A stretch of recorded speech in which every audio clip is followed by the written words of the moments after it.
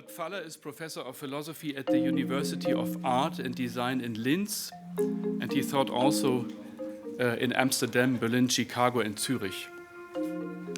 His research concentrates primarily on psychoanalysis, cultural and political philosophy, and inter-passivity, a term that he presented in his now famous monograph with the same title. His most recent publications include also Erwachsenensprache über ihre Verschwinden aus Politik und Kultur and Kurze Sätze über gutes Leben, both published with Fischer Verlag in recent years. Herr Pfaller, vielen Dank, dass Sie so noch eingesprungen sind. Schön, dass Sie da sind.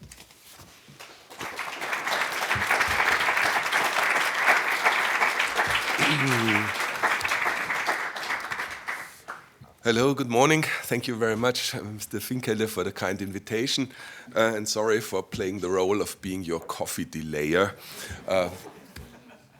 As you will see, my whole issue here will be how some people always appear to deprive us of our enjoyment.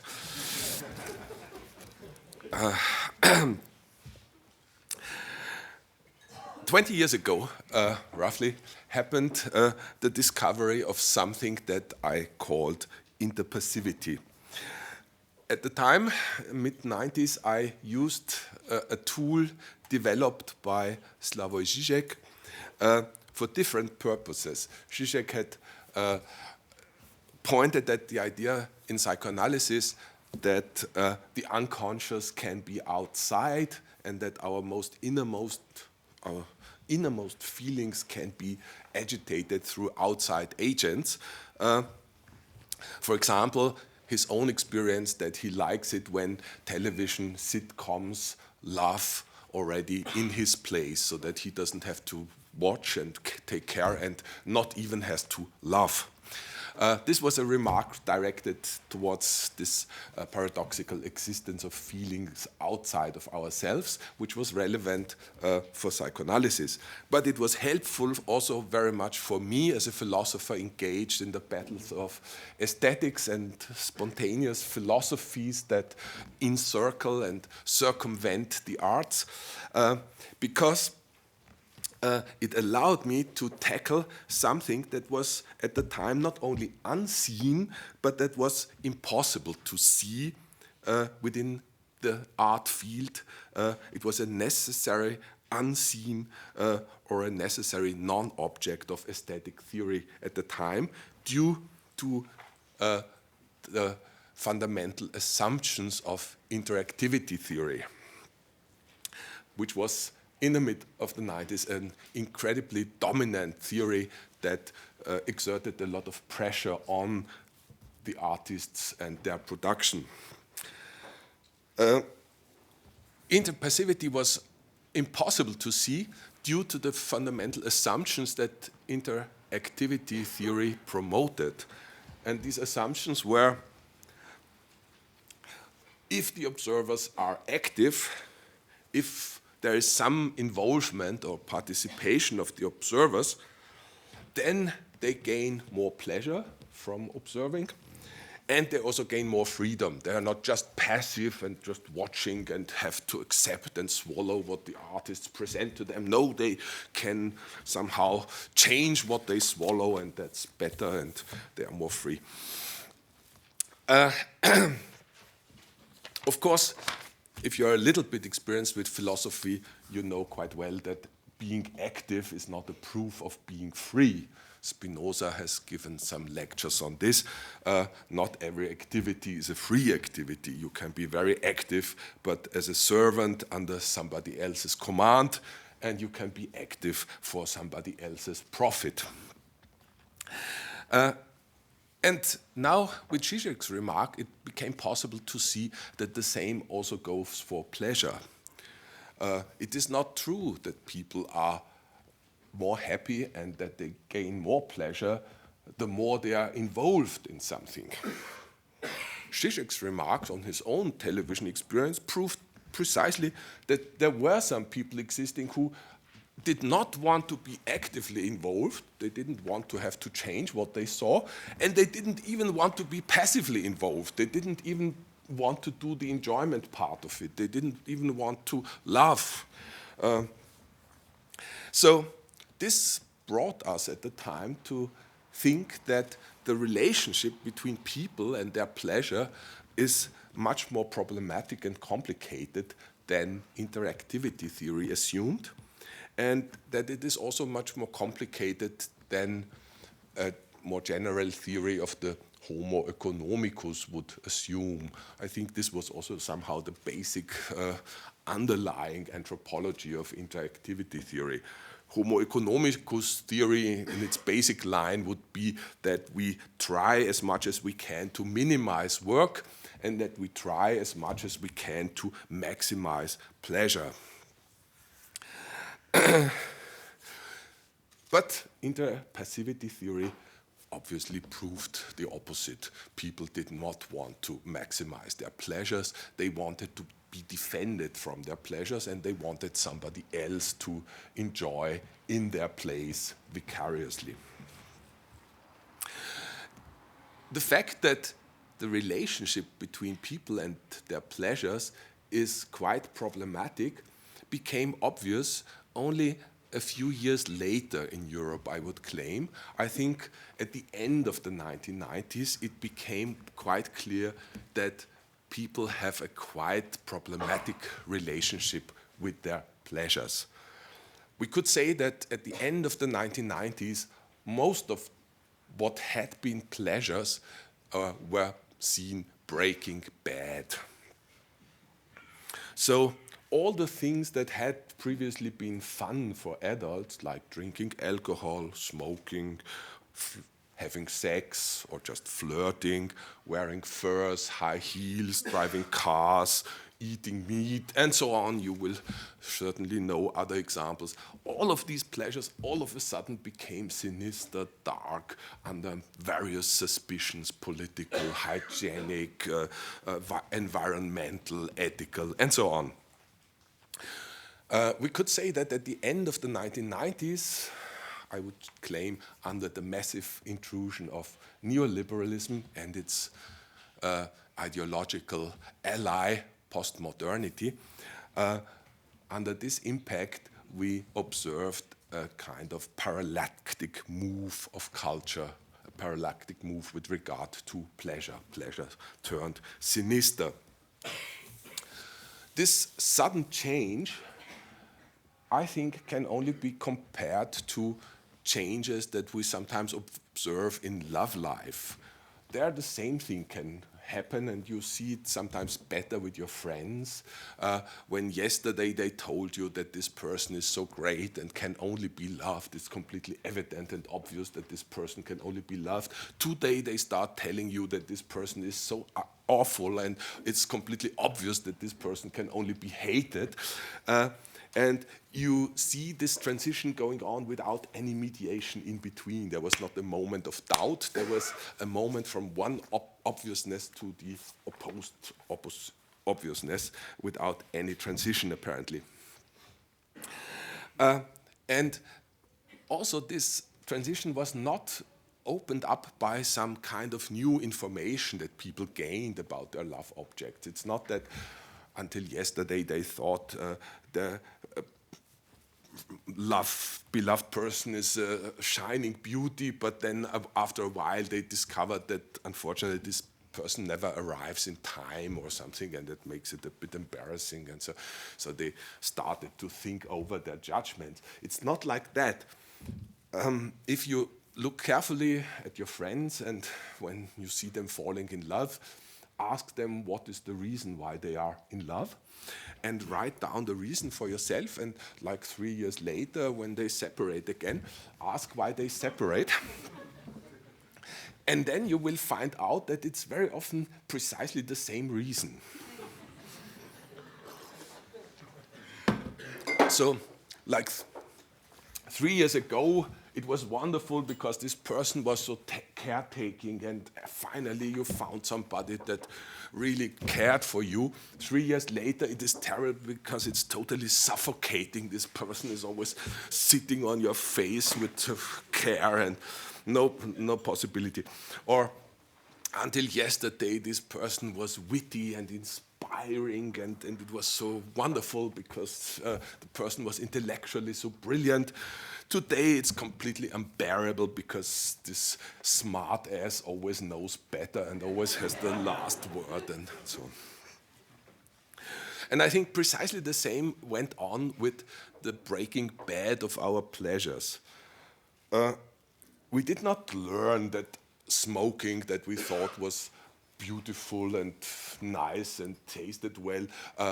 We did not learn all of a sudden that this was not so healthy, and then we started changing our judgments. No. This is very nicely remarked by American author Richard Klein in his beautiful book Cigarettes Are Sublime, where he said, if we had not known that cigarettes are dangerous, we would never have smoked them. It is precisely the danger to our health that makes them sublime. So, what Klein remarks here, I think, can be generalized with regard to all of our pleasures. The damaging character pertains to every of our pleasures, and it is precisely that malign dimension, that evil dimension, if you want to, that makes these things sublime for us. You can even think of very apparently harmless pleasures, partying, okay, but still it messes up your flat. Or you dance as if there were no tomorrow, okay, but it costs your sleep. Even if you do such innocent things like philosophizing or going for a walk or something, you have to be ready to waste time. So you cannot say, I will philosophize now 2 minutes and then I stop and no. So there is always something that challenges us to transgress our ordinary economy of resources, time, money, sleep, soberness, whatever. This is what Georges Bataille has nicely pointed at with his notion of transgression that pertains to any of our real pleasures.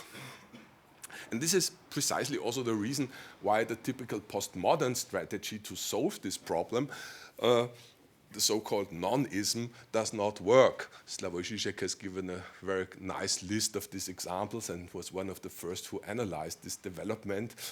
In the 1990s, we were all of a sudden delivered with such interesting inventions like beer without alcohol, coffee without caffeine, cream without fat, sex without body contact, politics without decisions, or art without genius, and so on. So in all these practices, the malign, somehow uncanny dimension was removed. And did we become more happy? Of course not. Have you ever celebrated a party with juice? I think it does not work. And it does not work precisely because, as Richard Klein has remarked, it is the malign dimension that allows us to turn these things into the sublime. But the crucial question is here, how does this parallaxically work? How can some malign thing be turned into a sublime thing? And what is the parallaxes in culture, on the contrary, that succeeded in turning sublime things into awful things that have to be prohibited and policed away because they are so nasty and ugly and unhealthy and against appropriate behavior and so on?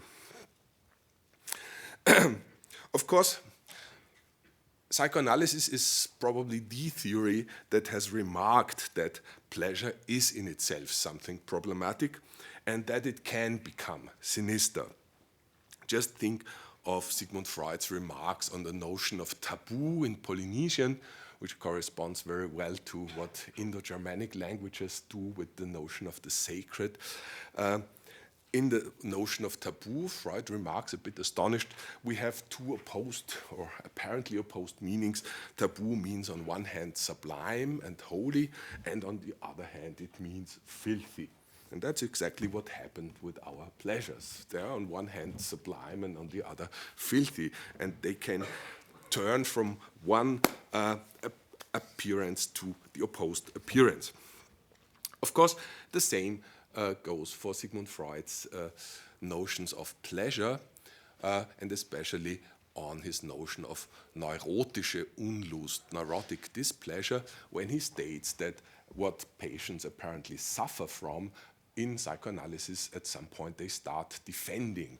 The very moment when the analyst seems to succeed or threatens to succeed to take away their symptoms, they start defending their symptoms as if they were a treasure. So this means Freud says that there is some unacknowledged pleasure at work in the symptom, and that's what's being defended by the patients. This notion of the neurotic displeasure is basically what Jacques Lacan has then coined in his notion of enjoyment or jouissance, which again is a kind of filthy pleasure and a pleasure that is basically suffering, a pleasure that is under certain conditions or under most conditions experienced as displeasure. Excuse me.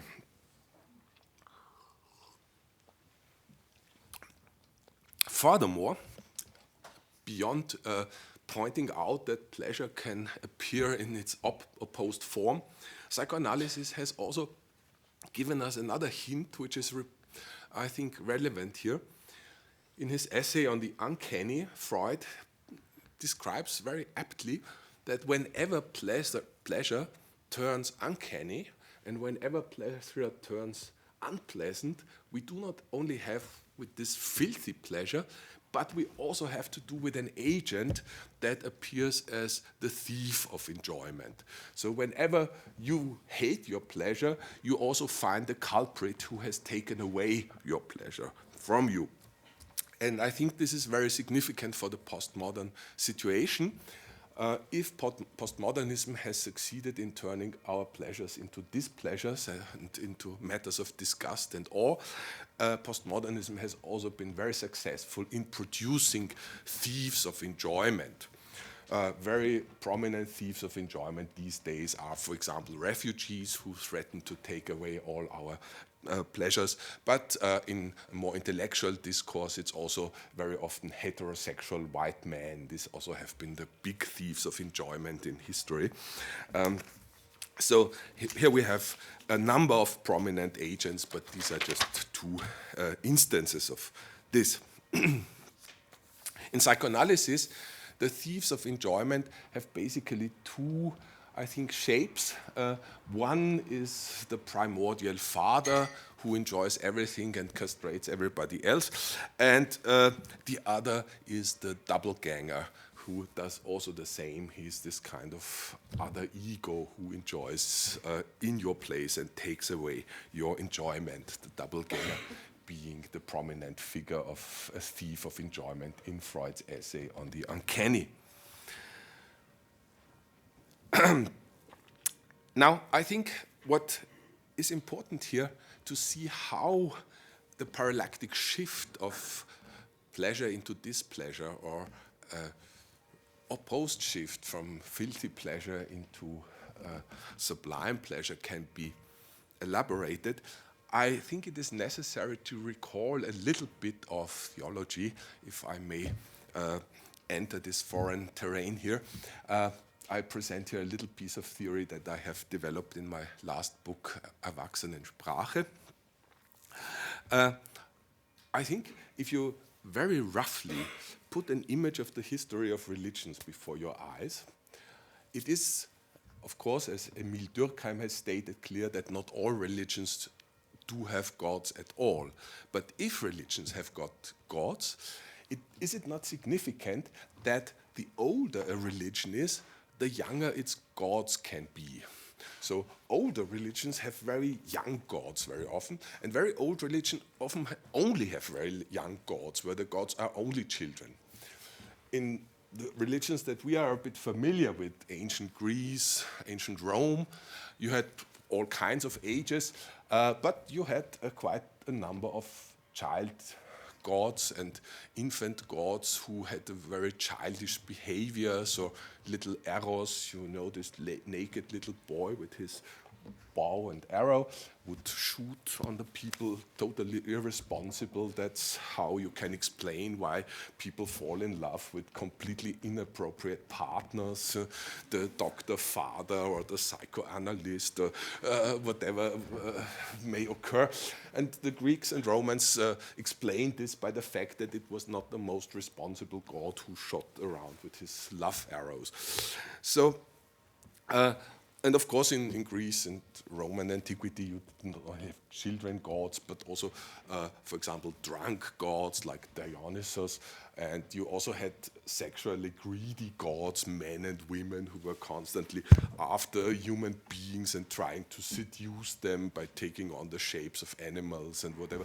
And you had very jealous gods, childishly jealous goddesses who start the Trojan War, total massacre just because 3 silly goddesses want to know who is the most beautiful of them.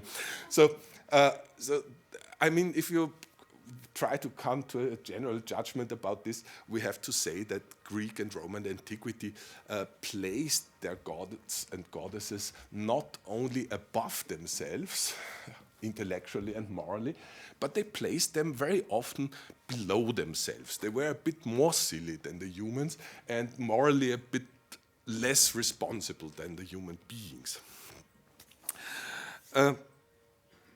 The younger a religion gets, I would claim, the more their gods move upwards. So in Catholicism, you have a fair share of this antiquity heritage still. You have some childish personnel, not exactly gods, but at least you have this baby Jesus, and you have a kind of number of naked little angels that emerge in the Christmas decorations of the street with their naked asses and so on. So there's quite some fun with this holy personnel from the heavens that come at some times of the year. Of course, in Protestantism, this has been completely erased. You have just one God, and this God is very wise, knows everything, knows your innermost motivations, and is, of course, not sexually greedy or after you, anything that's far below this God. So, what does this mean, actually, if we can describe the religious development like this? It means that modern people only feel observed from above and from a God, from an instance that reads their innermost motivations. This is very similar to what Sigmund Freud coined under his notion of the superego. That's also an eye that looks down upon you and into you from above. Ancient gods looked upon you from below, and they did not look into you. They just looked how things appeared. We have a certain respect still in our culture for this way of looking at ourselves, for example, in terms of politeness. When we perform acts of politeness, it is not that we care, like upper gods, how we meant it. We only care how it looked. And even if we meant it very honestly, it is a shame if it didn't work on the level of appearance. Not ourselves and not the other, but somebody else could be very disappointed and find this very shameful if we do things not properly. So we have a lot of competence for doing these things properly so that the appearance of politeness can be established and maintained. You have, all of us have a lot of knowledge, for example, what it means to shake a hand. No? Simple act of politeness, but still it has to have a certain speed, not too fast, not too slow. It has to have a certain firmness. You must not squeeze too much, but also not too little, and not to leave the hand too early. And so there's a lot of competences that we apply. And if something goes wrong with this, we feel a bit ashamed, although we know perfectly well that we meant it honestly and so on. But politeness was not completely established, and that means we somehow disappointed a lower instance of observation that only cares for appearances and does not look into our motivation, and we disappointed this, so to say, this gods of appearance. And that can be sometimes very shameful even. So even if you have the most honest feelings and you are at a funeral and you want to express your feelings of sympathy and convalescence with, let's say, the mourning widow, but unfortunately, because you are so moved in your heart, you stumble and fall upon the widow and fall with her into the open grave. You meant it honestly and you meant it very sadly, but it looked like slapsticks, and so maybe the whole funeral has to be repeated, or because it's so shameful.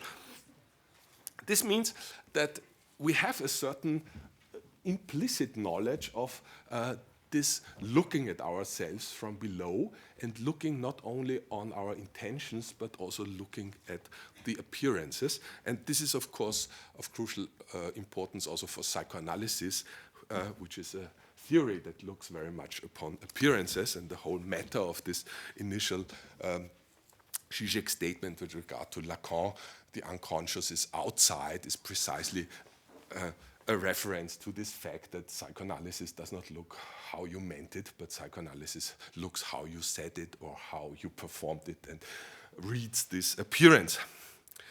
Now, what can we learn here from ancient Greeks?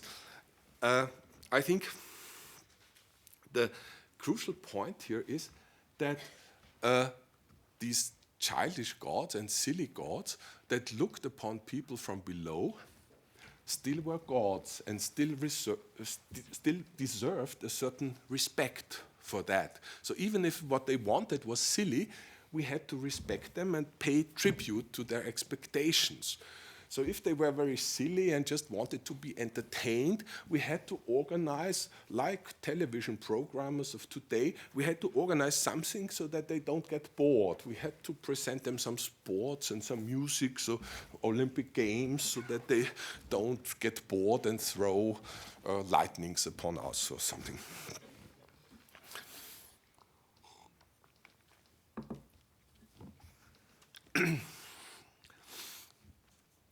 Sigmund Freud remarks this in a footnote to his 3 essays on sexuality, where he says that ancient people's relationship to sexuality was completely different from that of us moderns.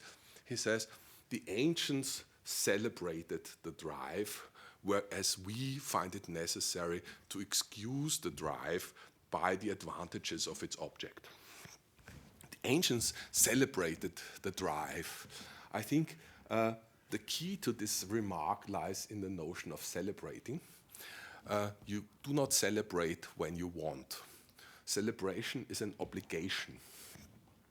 And that means that in culture, obviously, we have to do with 2 different types of objects. We have to do with profane objects, which are allowed and possible, like mineral water or beer. Here in Bavaria, you can order a beer for lunch, even I think if you're a policeman or a soldier. Completely profane, at least to a certain amount. But you cannot order champagne with your schnitzel or your Weißwurst. No?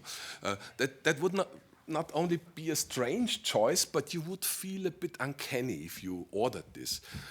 Champagne belongs to a different kind of drinks that are either impossible or obligatory.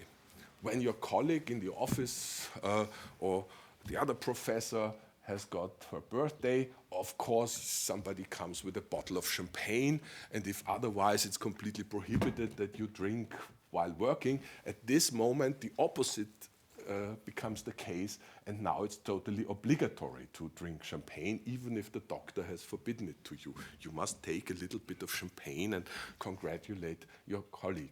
So objects that pertain to the order of the sacred have these 2 states of practice. On the one hand, they are forbidden, on the other hand, they are obligatory. And I think this is the solution to the problem in culture that allows us to see the objects under their sublime aspect. Culture has this crucial function, so to say, to reconcile the individuals with the sacred objects by the help of a command. So when I sit at home at night and study philosophy, but some friends knock at my door and says, Robert, you have read enough today, you come with us now for a beer, we have to celebrate, whatever. I gladly come with them, and then the beer becomes a proof that life is worth living for. And the next day, maybe I do not want to think of beer. But under this command, under this cultural command that now it's obligatory that we drink, beer becomes something sublime to me. So we have to acknowledge that people are not spontaneously hedonist, but to the contrary, people are pretty reluctant to enjoy at the very moment when they perceive the pleasure as something pertaining to the sacred, and only a command from culture can help them to transgress these limitations and to transform this sacred object into a sublime object. And then, of course, they enjoy this tremendously. And what they enjoy is precisely also the power of the collective to transform this object into a sublime object. So the beer drinkers somehow celebrate their own solidarity and their own capacity to transform this filthy object into a sublime one.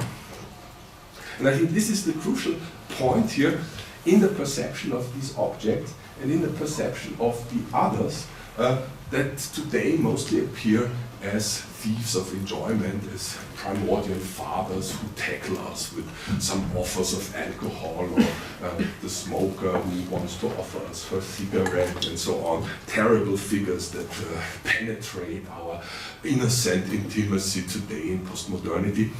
I think the crucial perception here, or the crucial question of perception, is always, do we perceive the other as someone who transgresses a boundary, that transgresses a prohibition, or do we see the other as someone who follows an obligation, someone who respects a duty?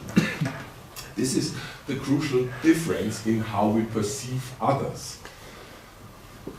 David Foster Wallace has, in his talk, This is Water, given a nice example of how this perception changes our judgments fundamentally. He says, when I drive in traffic by car and somebody overtakes me in a very ruthless way and in dangerous way so that I have to brake, and then I get very angry, of course, and I want to shoot him to the moon.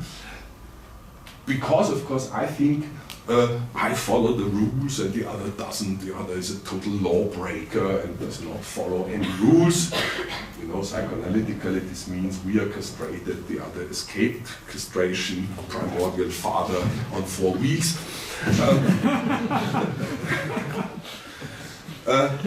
But Foster Wallace says this is just a matter of imagination, because we imagine it to be like this. We thought we are following the rules and the other somehow escaped the necessity to follow any rules. And this is the enjoyment that he takes away from us. A very questionable enjoyment, by the way. Yeah? Would you like to have this enjoyment? No? Imagine the Bavarian police sends you a letter, dear madam, dear sir, we learned that tomorrow is your birthday, and for that occasion a little contribution from the Bavarian police, you can ride on the highway tomorrow as rule-less as you want, you will not be punished. Would you accept this gift? No? So it is again here what Freud says in the Uncanny essay, when the doppelganger appears, it is about a pleasure that you wouldn't want to have, but still you are very angry that the other takes away this presumed pleasure from you. So Foster Wallace says, it is my imagination or your imagination to think the other is the thief of your enjoyment. The other is the cause why you are castrated and he remained uncastrated. That's not what Foster Wallace says, that's my comment from the psychoanalytic point.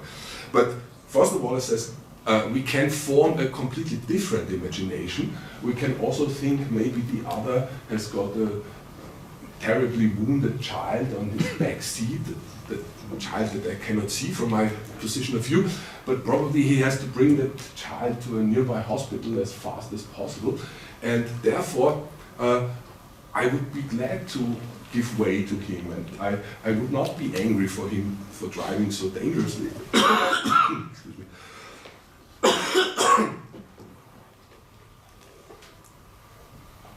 To the contrary, I would be glad to have a chance to help him for this task. So the key question here is, do I perceive this other as somebody who just wants something, who just wants to drive like a madman? Do I see this other, psychoanalytically speaking, as homogeneous, as someone who is like at home in this nasty pleasure, which is forbidden to us, to which I am a foreigner, but the other is at home in this filthy pleasure? Or do I see the other maybe just as split as myself, and see the other as someone who has to follow a duty? The other is maybe very ashamed that he has to drive like a madman, but he still feels he has to do it in order to save the child. If I see the other as split like myself, then I do not have a problem in solidarizing with this other. And I think this is today the crucial problem in culture. We do not see the other as someone who is split. We see the other as someone who is completely at home in his filthy enjoyment that miraculously he can bear, whereas we subjected to rules, subjected to castration, subjected to health requirements, environmental requirements, requirements of good behavior and so on, we of course are completely deprived from that. And that's also why we very often say, if you have to do that at all, sir, madam, please do it at home. No, we say, if you have to smoke at all, please do it at home, because probably you are at home in this nasty enjoyment and do it there. Like 20, 30 years ago, it was pretty obvious to people that this was not a matter of doing it at home. If you look at the photo albums of your parents and grandparents, you will find them smoking in moments when they were in public. So they smoked just as they dressed a bit more elegantly when they went out, and smoking belonged to their public appearance. It was a tribute to appearance and to politeness to smoke. And at home they did not smoke, only under the condition that they had guests. So even non-smokers had always had a little bit of cigars and cigarettes at home for the case that guests would appear. Then you would have to be more elegant and generous and offer them some. So that was the condition under which smoking took place at home. Whereas today, of course, we presume smoking is something totally filthy that only belongs to the private person and not to the public man and not to the public appearance. It cannot be a duty, it must be an addiction or a filthy passion or something like that. So, I think we have to somehow relearn the lessons of ancient religions, that somehow in traces have been conserved also in Catholic religion, that there are silly gods that demand from us sometimes silly things, which can become pleasures and which allow us to turn our pleasures into sublime ones. Only under this condition, that we feel observed from below, we become able not to see our filthy pleasures only as awful. This is why I suggested a little modification to the Freudian second tautology of the psychic apparatus. You know, Freud has there the superego, the ego, and the id. And only the superego is here conceived of as an agency of observation. But actually, if we take Freud's own remarks seriously, especially also his remarks on Heine in the essay on the uncanny, with the gods in exile, gods themselves have become uncanny and nasty because they are not celebrated. Then we can say, okay, maybe from below, from the id, do not only come nasty drives, but maybe the id itself is something that observes us from below and brings with it some nasty duties. Sometimes we have to drink, sometimes we have to smoke, sometimes we have to make silly formulas of politeness that we find silly, sometimes we have to talk to others and be generous or friendly or polite, sometimes maybe we have to do things. And so there can be a lot of silly duties that are implied by silly gods, But the fact that we perceive them with their eyes as duties allows us to turn these filthy things into sublime things, and everything depends on the matter if we regard these lower agencies as instances of observation, as agencies of observation. That's why I suggested to call this lower agency not the id, but the under-ego. I think the under-ego is the instance that observes us, only judges appearances, and helps us to perceive certain things that we are pretty reluctant to do, to perceive them as duties and to overcome our limitations. So when I go in the early evening to a certain bar, when there's a certain atmosphere, maybe Miles Davis playing on the loudspeakers, then I hear a certain voice from a lower god that says, Robert, don't order mineral water here. So, this is how the lower gods help us to overcome our limitations, to become generous, to become a bit more sovereign, to take life as it is worth living for, and not only serve life as servants of its preservation, as Georges Bataille has put it. And then our pleasures all of a sudden show themselves from the sublime side, and the other that we hitherto perceived in a postmodern way as a thief of enjoyment, all of a sudden turns into a comrade, a helper to experience the pleasure as sublime, as something that can be shared in solidarity, and something that is pleasant precisely due to the solidarity. And I think this is not only an issue, not only a question of how can we maximize pleasure in life, or how can we have pleasure at all if otherwise it only appears filthy. I think this is also an inherently political question. I think because this somehow comprises or epitomizes an absolute minimum standard of good life that has not been undergone. It's not this notion of good life that yuppie people stress other people with the sort of refinement of food and holiday destinations and whatever. No, it is this minimum standard of good life without which you do not have any life at all that would merit its name. So people who do not have a notion of this minimum standard of good life would not even know what to fight for in a political sense. And that's, I think, the crucial point for politics. This is my last point today.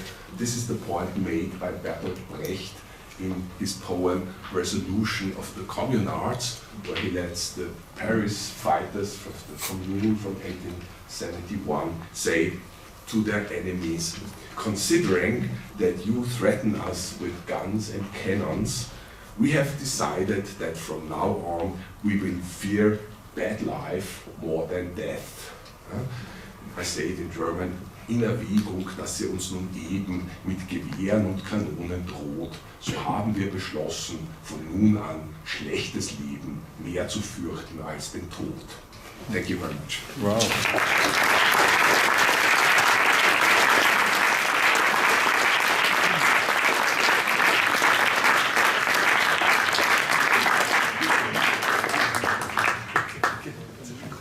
Ja, wir haben jetzt noch gut 10, 15 Minuten, also gleich, stellen wir gleich an. Herr Gardner, warten Sie bitte aufs Mikrofon.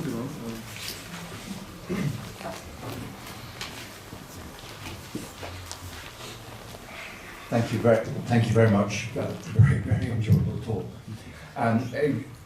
Just a thought, the conception that you were describing at the end, drawing threads together, brought to mind Nietzsche, and your model seems to be very, very close to what he envisages in The Birth of Tragedy.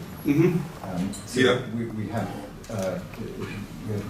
the gods observing us, raising our actions and our pleasures and our passions to a higher, elevated level. We conceive of ourselves as part of the activity of the world artist, we recover solidarity with one another, we affirm life, and so on. Does that resonate? Absolutely, yes. Of course, Nietzsche was one of my guiding counselors here. I also thought, of course, of his genealogy of morals, because what he coins as resentment, I think, is basically what we feel today as this theft of enjoyment.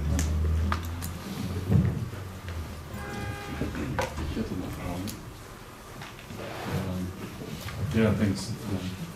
Thanks a lot. I was wondering if you could say something about what you're referring to in our times as the times of political correctness. I mean, you could see in the United States you have this Trump discourse rejecting political correctness and somehow gaining ground with this polemic he's referring to. And I was wondering if what you refer to as the gods from below, how can this really be structured by the society, or could this be politically somehow implemented, or is this rather something that the individual in his own realm of imagination has to fight for? Because I wonder how that should work, let's say, on the level of a communal experience, reinstating what you refer to these little gods from below as liberating us from this, the pressure of enjoyment. Mm-hmm. Thank you very much. I think what we encounter here is precisely an intersection of the ethical and the political. I think it concerns very much the question how subjects are being formed by certain apparatuses. And I think there's a big battle going on at the moment, what apparatuses to implement and how to form certain subjects. Do you inform at your university a department for complaints of every kind that gives people the feeling that they are beloved and they are lovable when they are very vulnerable and complain about every little detail that doesn't fit into their worldview?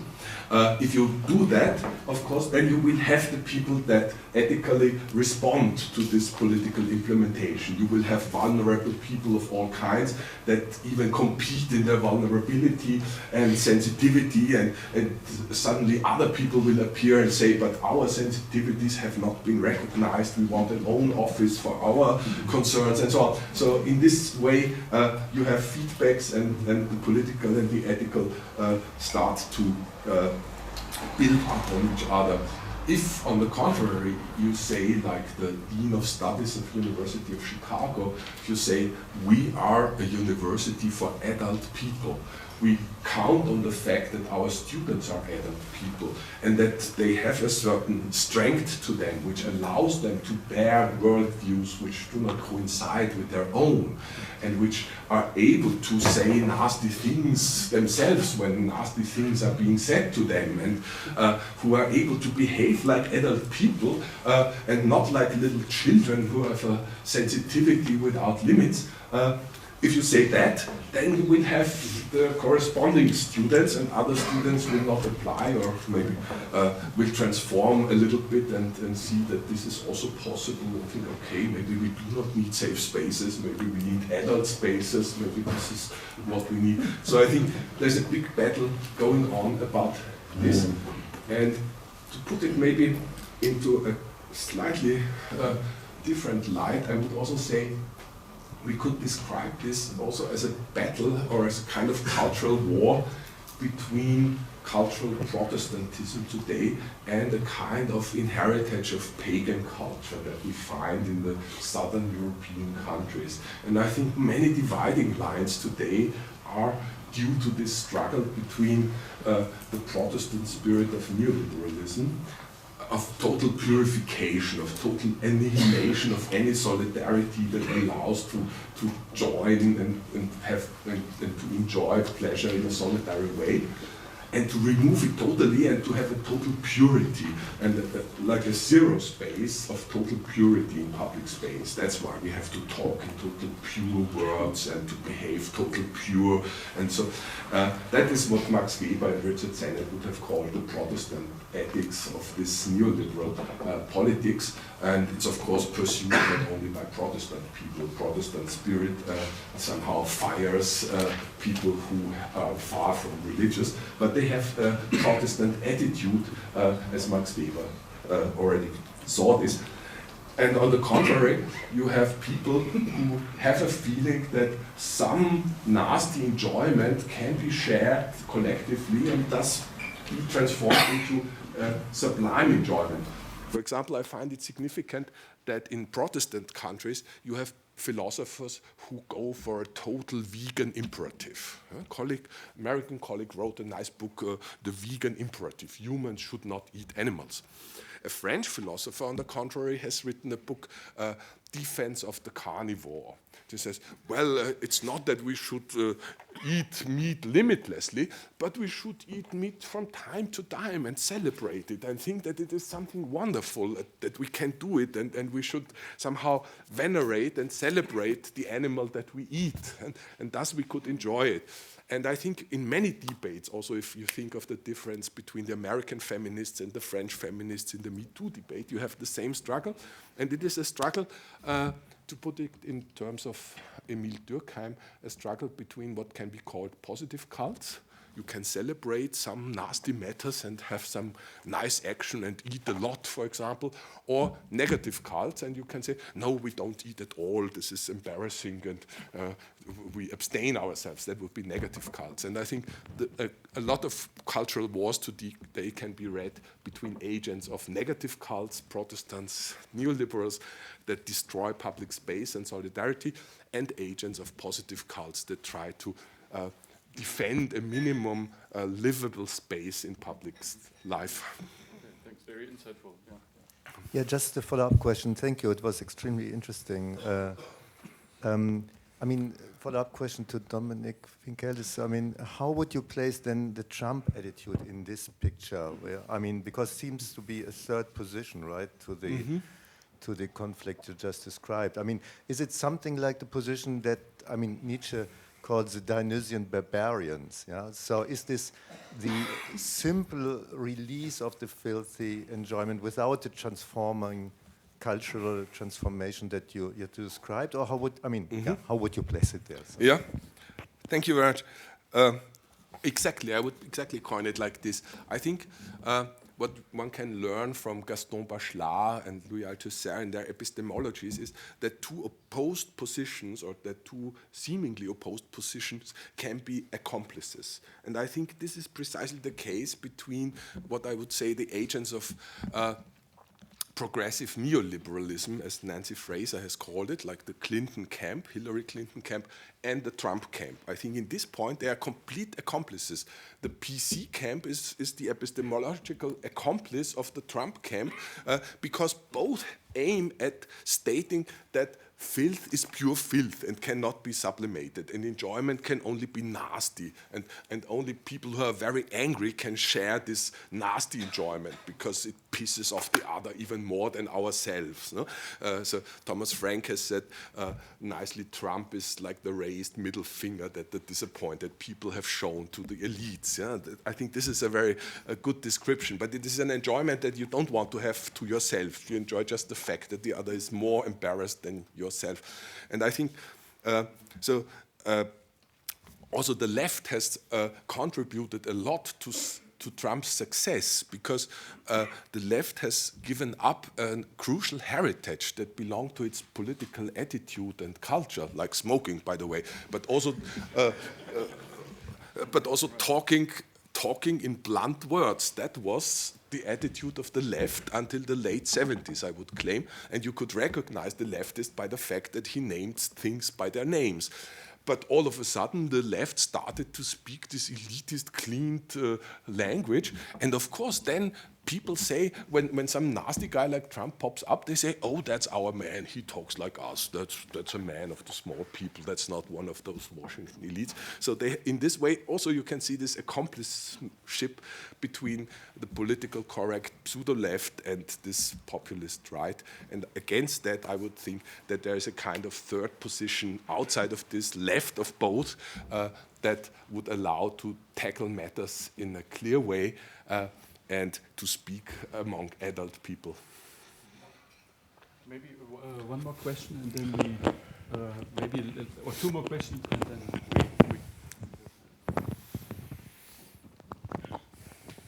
we thank you thanks for your interesting talk. My question is, I agree, but when you mentioned the Me Too debate, I had to think about, like, yeah, I mean, there are different kinds of pleasures, of course, and I would say, it's, just to put it very bluntly, rape is not the same pleasure as smoking cigarettes, for example. Absolutely. I hope you don't think I was thinking that. The man, and then we finish. When you talked about the ancient Greek gods and their characterization, I was reminded of a line of thought by Zizek when he said that not only Jesus died on the cross, but also God died on the cross, and But also? also God himself died on the cross, and that therefore we are now responsible for everything that happens. We cannot put responsibility on a divine entity and say, okay, we are not really responsible, we're just following God's commands. We can't do that in his interpretation of Christianity. And would you say that the veneration of the ancient Greek gods as like kind of silly and irresponsible gods had in a way the same effect of saying, okay, these gods, they won't do anything for us, we have to do it ourselves, but we have to nonetheless venerate them. But would you say that it has the effect of like returning responsibility to ourselves, because the gods obviously are not capable of taking care for us? Well, I would say, thank you. I think ancient Greeks did never think that gods could be responsible for the people. That was not their task. That's also, in a way, a funny responsibilization of the gods that occurs in the history of religion, just as responsibilizations of the citizens occurs in the neoliberalism. All of a sudden, you are responsible if you receive pension. You should have taken the right private insurance or so on. And you are responsible if you fall ill, and so we would not pay for you just because you have drunk too much or so. But I think what the Greeks expected from their gods was, to a certain extent, that they believed in human beings. That's a funny reversal of, we think we have to believe in the gods, but I think the Greeks rather thought that the gods believed in them. And because they believed in them, they had to behave a little more generously, a little more polite, and so on. If they lose that belief, then people feel completely disobliged. And I think that's, in a way, what we perceive today. Perfect. Well, thanks again for this brilliant talk.